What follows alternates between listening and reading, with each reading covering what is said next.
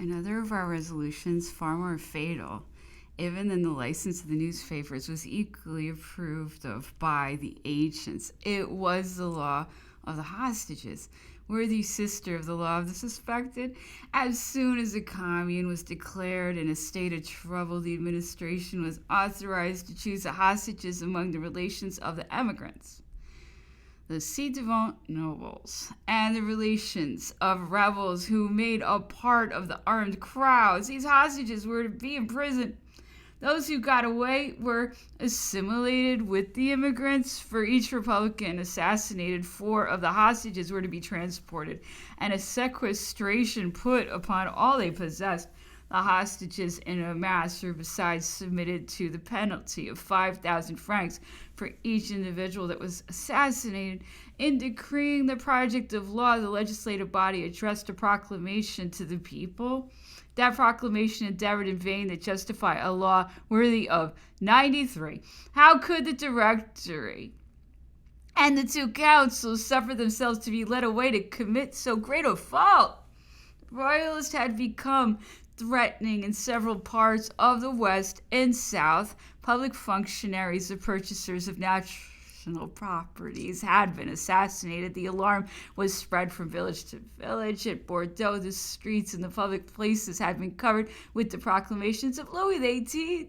In the environs of Toulouse, the arms band had dared approach near the town with the white flag displayed. At length, the daily clamors of the clubs, the violence of the public papers, and the placards had not been without influence upon the best minds.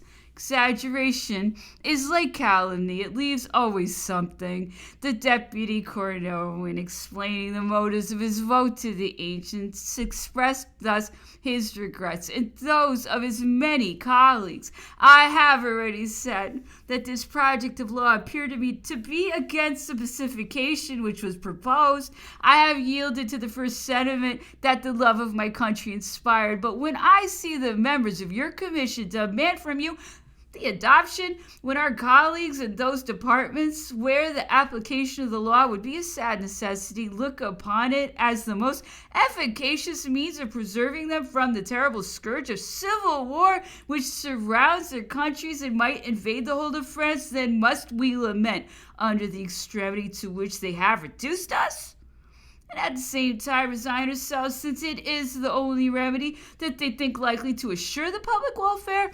It was thus that the council was misled. They hoped to fortify the government by a revolutionary law which only weakened it and deprived it of the public esteem. For the law of the hostages was only useful to the rebels whose ranks it increased and who took in their turn hostages among the Republicans. In going beyond the mark, we did not obtain it. As it always happens, a measure of the same sort as that of the hostages had been decided also in our council. The project of the loan of the 100 millions voted after the 30th of Prairial had become, in the discussions preparatory to our commissions, more and more revolutionary. When we voted, nothing was wanting. It was no longer a loan, but a tax upon the rich. The tax was progressive. The ex-nobles were condemned to a triple payment. The Council of Ancients repulsed our project. We were obliged to modify it by taking from it the most severe measures, and the ancients, after a very animated discussion, approved our new resolution. Although it was little better than the first, they rejected afterwards our project of law against the transported priests. The 2 celebrated Barrère, as well as his accomplices, Biot, Varenne, Vallier, etc., was included from the amnesty of the 14th Frimaire, year 5. A speech of the General Lamarck had induced the Council of 500 to revoke the exception which struck them.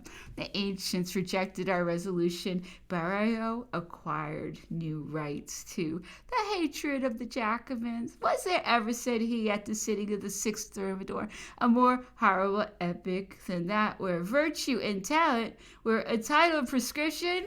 Just like now, where science was obliged to conceal itself or mount the scaffold, where the man of property was constrained to give up his place to cannibals and vampires.